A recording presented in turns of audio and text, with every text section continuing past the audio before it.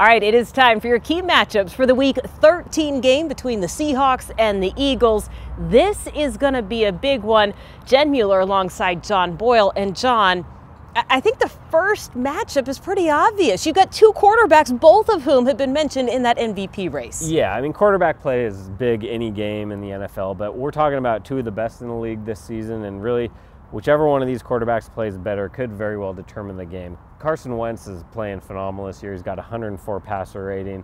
He's got 28 touchdowns, which leads the league, and only 5 interceptions. Russell Wilson, meanwhile, has been asked to do more really this season than at any point in his career. He's the team's leading rusher. He's accounted for all but 1 touchdown this season, either running or passing. So if he can be on his game, Seahawks offense should be going.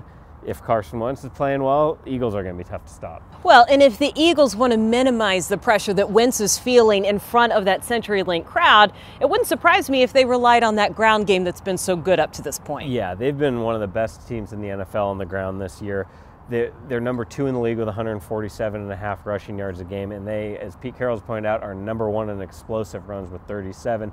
That was an issue for the Seahawks early in the year, but since then they've cleaned that up, and the Seahawks, going back to week 4, have had one of the best run defenses in the NFL. So if they can be stout up front, slow them down, you try to make that quarterback beat you without the help of the running game. For the third key in the game, that Eagles defense is really good at stopping the run, but they are also good at bringing pressure, which means the offensive line could have their hands full. Yeah, I mean, look, we know the Seahawks would like to be balanced and they want to run the ball, but odds are they're going to be throwing it more than they run it because that's what they've had to do this year. And in that case, they're facing a real dangerous front 7 and pass rush. Eagles have 17 sacks over their last 5 games, 31 this season. And it's not just one guy you got to worry about. They really are solid. All 4 guys up front are good. Their linebackers are good. That's just a really solid group. Seahawks, meanwhile, are coming off one of their better pass blocking performances of the year. They didn't give up a sack. Obviously, Russell Wilson's elusiveness always helps there, but that group's starting to come together, and they're really getting more of the unit they would hope they can keep on the field all season. You got Dwayne Brown in there. His ankle's getting better.